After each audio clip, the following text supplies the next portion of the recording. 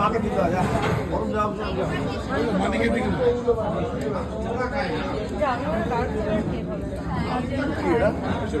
নিয়ে যাও বাবা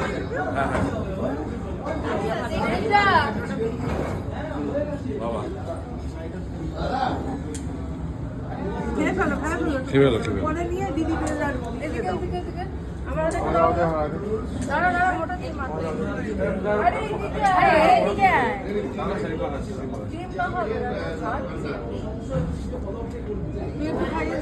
আমাকে তো